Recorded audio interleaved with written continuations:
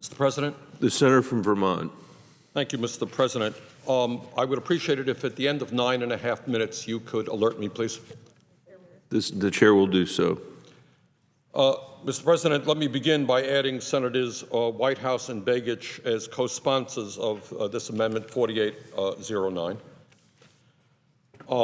Mr. President, as I think many people know, I have been extremely critical of the agreement struck between the President and the Republican leadership. I have spoken out against it, and I voted against cloture just yesterday.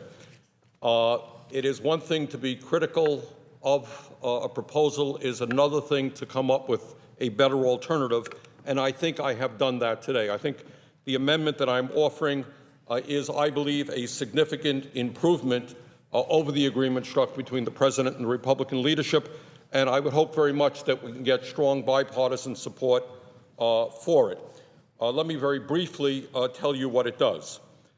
First, as I think most Americans appreciate, at a time of a record-breaking deficit and a $13.7 trillion national debt, it makes very little sense to be providing huge tax breaks to the wealthiest people in our country, drives up the national debt, forces our kids to pay higher taxes in the future to pay that national debt off.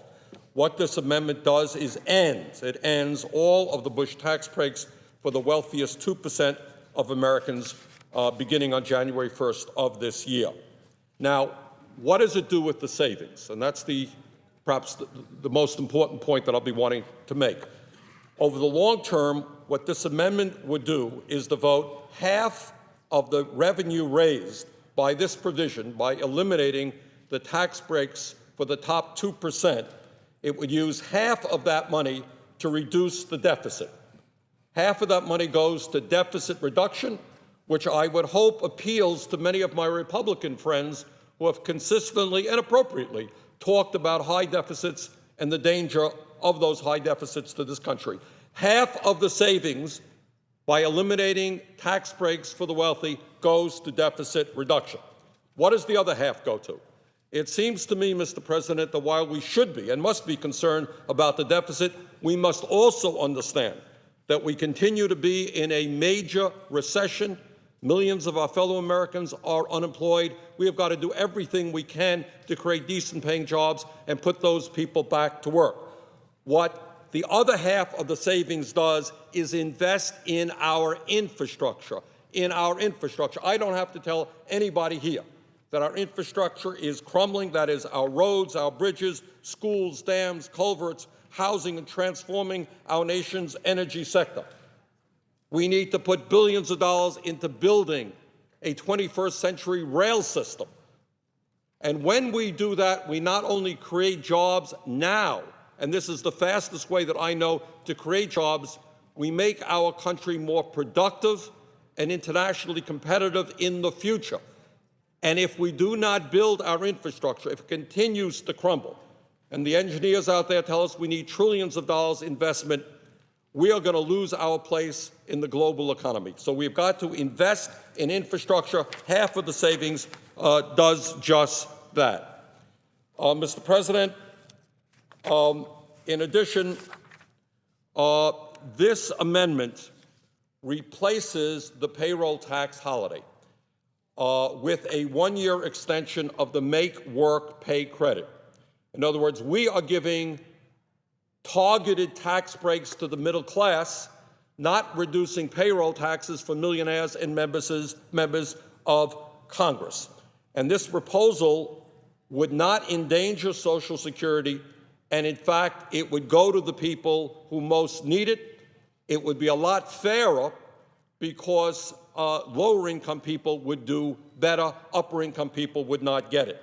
Also, it addresses a concern that I think many Americans have, and that is that diverting money away from the payroll tax endangers the long-term solvency of Social Security.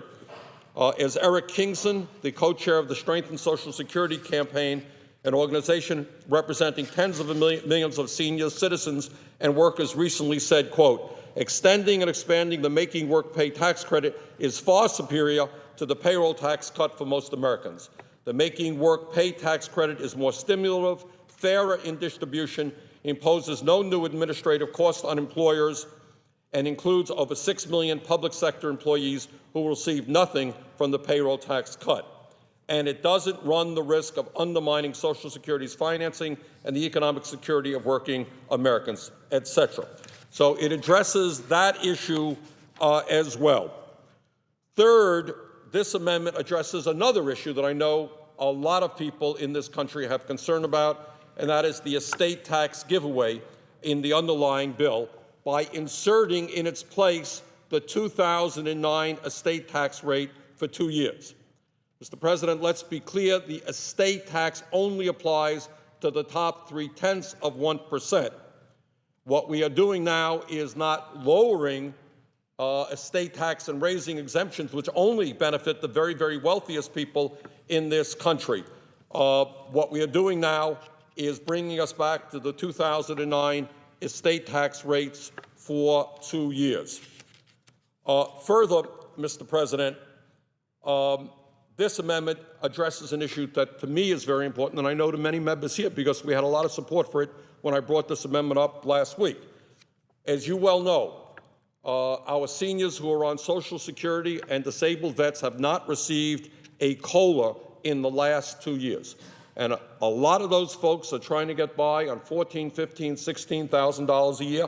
What this amendment also includes is a $250 COLA for over 57 million American senior citizens, veterans, and persons with disabilities. Without this provision, seniors, as I mentioned, would be going through their second year without a COLA, and I think that that is unfair. Further, of course, this amendment would keep all of what I consider to be the positive aspects of the President's agreement with the Republicans. Obviously, it would extend middle-class tax cuts for 98% of Americans. It would extend unemployment insurance for 13 months. It would extend the child tax credit, earned income tax credit, college tax credit expansions included in the Recovery Act. So, Mr. President, what we are doing here is, I think, bringing forth a far better proposal than the agreement struck between the Republicans and the President. Let me summarize. Ends tax breaks for the rich, uses half of that money for deficit reduction, half of that money to create millions of jobs, rebuilding our crumbling infrastructure. It would replace the payroll tax holiday, of which many people have concerns, diverting money away from Social Security with a 1-year extension of the Make Work Pay Credit, much more targeted to low and moderate income people, not to members of Congress and the richest people in this country, not threatening Social Security. This amendment would strike the estate tax proposal in the underlying bill and insert the 2009 estate tax rates for 2 years. And that is, I think, a much fairer proposal than giving even more tax breaks for the very, very wealthiest people in this country. And lastly, this amendment would provide a $250 COLA for over 57 million American senior citizens, disabled veterans, and people with disabilities. It also includes an extension of middle-class tax cuts for 98% of Americans, an extension of unemployment insurance for 13 months, and an extension of the child tax credit, earned income tax credit, and college tax credit expansion. So I think this is the alternative that many Americans would like to see. Creates jobs, cuts the deficit, and is much fairer than the agreement, the underlying bill that we are voting on now. Mr. President, with that, I would move to suspend Rule 22 for the purposes of proposing and considering Amendment number 4809 to the House message to accompany H.R. 4853, and I ask for the yeas and nays.